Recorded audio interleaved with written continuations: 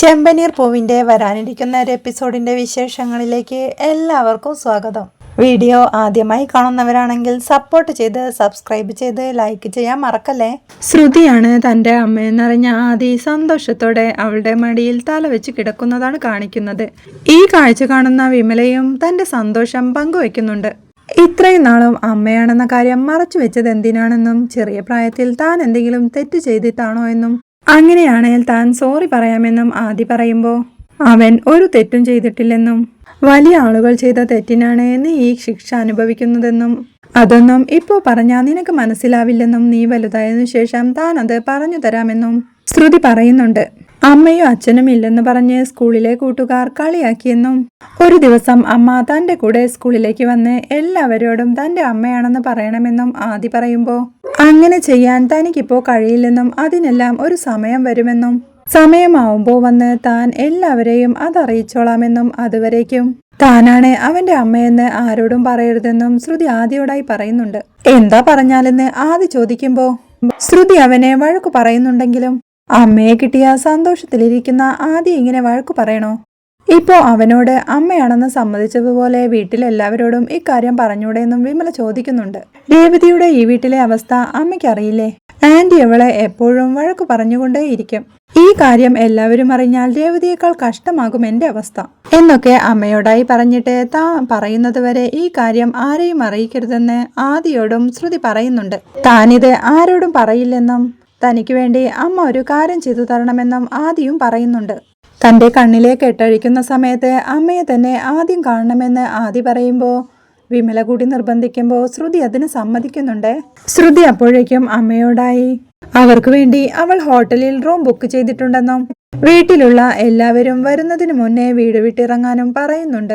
സച്ചിയോടും രേവതിയോടും പറയാതെ എങ്ങനെ ഇറങ്ങാന്ന് അമ്മ ചോദിക്കുമ്പോൾ ശ്രുതി അവളെ വഴക്കു പറയണ കേട്ട് അമ്മ അവസാനം അതിന് സമ്മതിക്കുന്നുണ്ട്. മീരയുടെ വീട്ടിലേക്ക് എത്തുന്ന രേവതിയെ അവൾ പൂക്കെട്ടിച്ച് കുറച്ചു സമയം പിടിച്ചു നിർത്തുന്നുണ്ട്. രേവതി എത്തുമ്പോഴേക്കും അവിടേക്ക് ശ്രുതിയുടെ ഇളയച്ചനായി അഭിനയിച്ച ബീരാനും കുറച്ച് ഇറച്ചിയും ഒക്കെയായി വരുന്നുണ്ട്. രേവതിയുടെ കണ്ണിൽപ്പെടാതെ മീര അയാളെ എങ്ങനെയെങ്കിലും ഒളിപ്പിക്കുന്നുണ്ട്. പൂക്കെട്ടിക്കഴിഞ്ഞ് പോവാൻ തുടങ്ങുന്ന രേവതിയെ ശ്രുതി പിടിച്ചുവെച്ച് ബീരാൻ കൊണ്ടുവന്ന ഇറച്ചിക്കറിയെല്ലാം ഉണ്ടാക്കി ഭക്ഷണവും കഴിപ്പിക്കുന്നുണ്ട്. രേവതിയുടെ കറിയെല്ലാം ആസ്വദിച്ചുകൊണ്ട് നല്ല രുചിയുണ്ടെന്നും പൂക്കെട്ടലും പാചകവുമെല്ലാം ഒരുമിച്ച് കൊണ്ടുപോകുന്നത് കുടുംബത്തിലെ ഓരോരുത്തരെയും സ്നേഹിച്ചുകൊണ്ട് രേവതി എങ്ങനെയാണ് ജീവിതം മുന്നോട്ട് കൊണ്ടുപോകുന്നത്?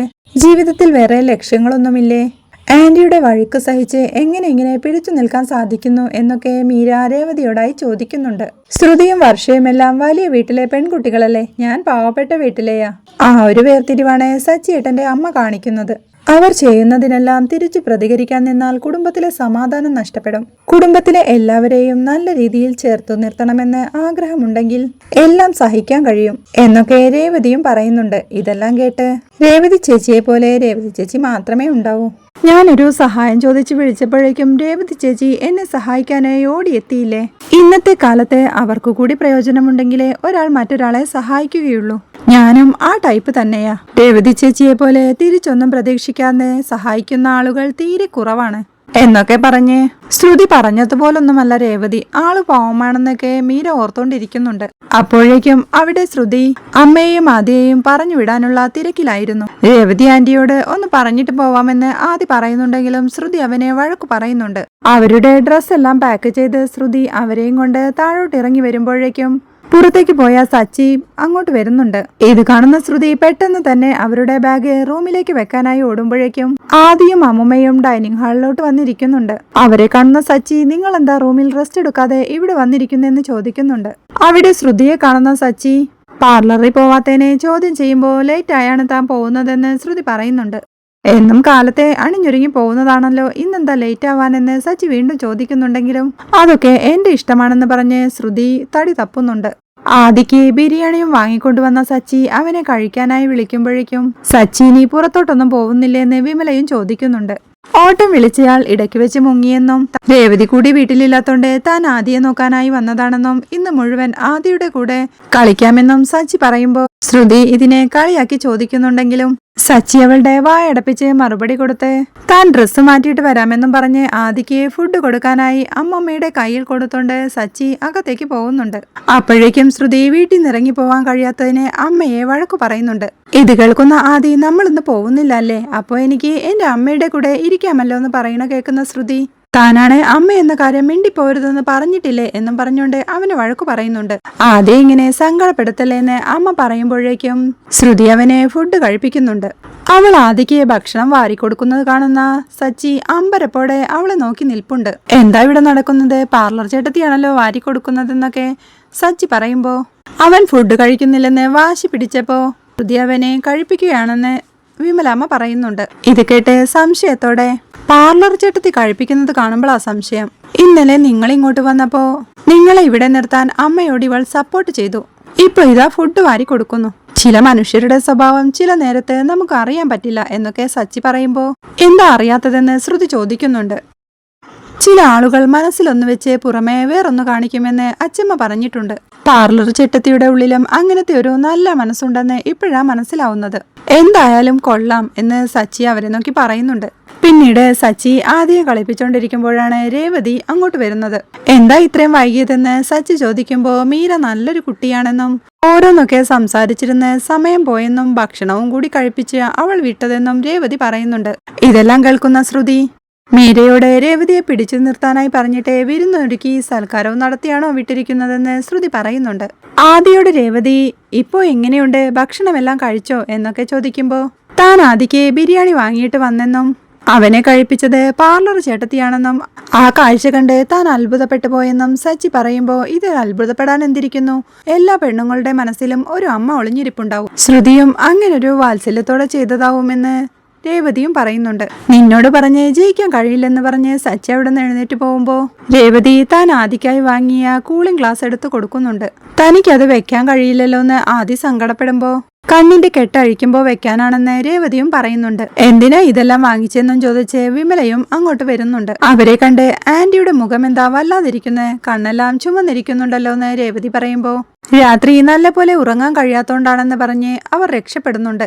ആദിയുടെ കാര്യമോർത്ത് സങ്കടമൊന്നും വേണ്ടെന്നും നാളെ കണ്ണിന്റെ കെട്ടഴിച്ച എല്ലാവരെയും അവന് കാണാൻ പറ്റുമെന്നും രേവതി പറയുമ്പോ തന്റെ അമ്മയെ കൂടി കാണാൻ പറ്റുമല്ലോ അല്ലേ എന്ന് ആദി ചോദിക്കുന്നുണ്ട്.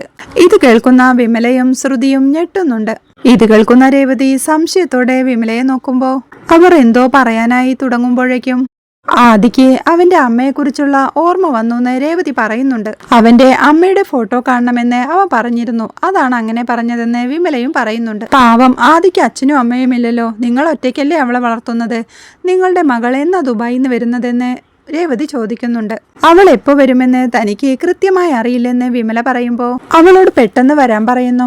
അവൾ കൂടിയുണ്ടെങ്കിൽ ആദി ഹാപ്പി ആയിരിക്കുമെന്നും നിങ്ങൾ അവളുടെ നമ്പറിലേക്ക് കോൾ ചെയ്താൽ താൻ വിളിച്ചു പറയാമെന്നും രേവതി പറയുന്നുണ്ട്. ഇപ്പൊ വിളിക്കാൻ പറ്റില്ലെന്നും അവൾ ജോലിയിലായിരിക്കുമെന്നും വിമല പറയുമ്പോ എന്ത് ജോലി, അമ്മയെയും ഒരു ചെറിയ കുട്ടിയെയും തനിച്ചാക്കി പോയിരിക്കുവല്ലേ, ഇങ്ങനെയുള്ള സമയത്തല്ലേ അവൾ കൂടെ വേണ്ടത് എന്നൊക്കെ രേവതി പറയുമ്പോഴേക്കും വർഷയും ശ്രീകാന്തും ജോലി കഴിഞ്ഞ് അങ്ങോട്ടെത്തുന്നുണ്ട്. രേവതി അപ്പോഴും വിമലയോട് മോളെ വിളിച്ചു തരാനും താൻ സംസാരിച്ചോളാം എന്നും പറയുന്നുണ്ടെങ്കിലും എന്തു ചെയ്യണമെന്നറിയാതെ വിമല നിൽക്കുമ്പോ ശ്രുതി ഡൈനിങ് ടേബിളിലിരുന്ന ഒരു പാത്രം തട്ടി താഴെ വീഴ്ത്തുന്നുണ്ട്.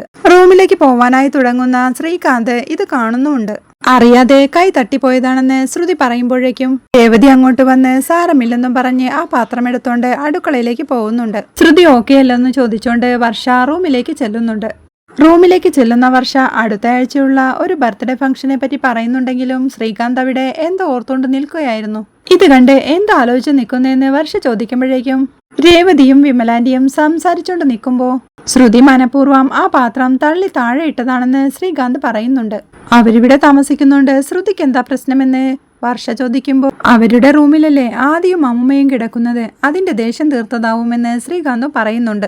എന്നും ഈ വീട്ടിൽ റൂമിന്റെ പ്രശ്നമാണല്ലോ, മനോജ് എന്നും റൂമിന് വേണ്ടി അടി ഉണ്ടാക്കാറുണ്ട്, ശ്രുതിയും അങ്ങനെ ചെയ്യുമെന്ന് കരുതിയില്ലെന്നൊക്കെ ശ്രീകാന്ത് പറയുമ്പോൾ എന്നാ പിന്നെ ശ്രുതിയോട് ചോദിച്ചിട്ട് തന്നെ കാര്യം എന്ന് പറഞ്ഞുകൊണ്ട് വർഷ ശ്രുതിയോട് ചോദിക്കാനായി പോകുന്നുണ്ട്. വർഷ ശ്രുതിയുടെ അടുത്തേക്ക് ചെന്ന് ആദിയും അവന്റെ അമ്മയും ഈ വീട്ടിൽ താമസിക്കുന്നത് ശ്രുതിക്ക് ഇഷ്ടമല്ലേ, ഇപ്പൊ സ്വഭാവത്തിലൊക്കെ എന്തോ ചില മാറ്റങ്ങൾ വന്ന പോലെ, ശ്രുതി മാത്രമേ റൂമിന് വേണ്ടി അടി ഉണ്ടാക്കാറുള്ളൂ, ശ്രുതി അങ്ങനെ റൂമിന് വേണ്ടിയൊന്നും വാശി പിടിക്കാറില്ലല്ലോ, ആ റൂം അവർ ഉപയോഗിക്കുന്നത് ശ്രുതിക്ക് ഇഷ്ടമല്ലേ? ഇങ്ങനെ ദേഷ്യവും ടെൻഷനും എല്ലാം ഭാവിച്ചുകൊണ്ട് നമ്മൾ ഒരാളെ ഹെൽപ്പ് ചെയ്യണമെന്നേ ഇല്ല.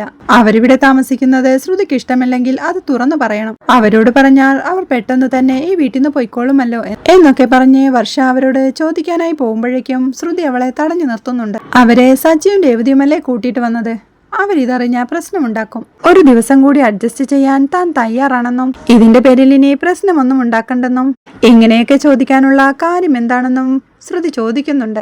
ശ്രുതി മനഃപൂർവ്വം പാത്രം തള്ളിയിട്ട് വീഴ്ത്തുന്നത് ശ്രീകാന്ത് കണ്ടെന്നും റൂം കൊടുത്തതിന്റെ ദേഷ്യം തീർത്തതാണെന്നും ഒക്കെ ശ്രീകാന്ത് പറഞ്ഞെന്നും വർഷ പറയുമ്പോ അത് ശ്രീകാന്ത് തെറ്റിദ്ധരിച്ചതാണെന്നും കൈതട്ടി വീണതാണെന്നും ശ്രുതി പറഞ്ഞ് രക്ഷപ്പെടുന്നുണ്ട്. കുറച്ചുകൂടി ശ്രദ്ധിച്ചു നിന്നേ പറ്റൂ എന്ന് ശ്രുതി പറയുമ്പോഴേക്കും സച്ചി അങ്ങോട്ട് വന്ന് ആദിക്കും അമ്മയ്ക്കും റൂം കൊടുത്തതിനെ പറ്റിയും ആദ്യ ഉച്ചയ്ക്ക് ഫുഡ് കഴിപ്പിച്ചതിനെ പറ്റിയും ഒക്കെ പറഞ്ഞ് തനിക്ക് ചില സംശയങ്ങളൊക്കെ തോന്നുന്നുണ്ടെന്ന് പറയുമ്പോഴേക്കും ഇത് കേട്ട് ശ്രുതിക്കും ആകെ പേടിയാവുന്നുണ്ട്.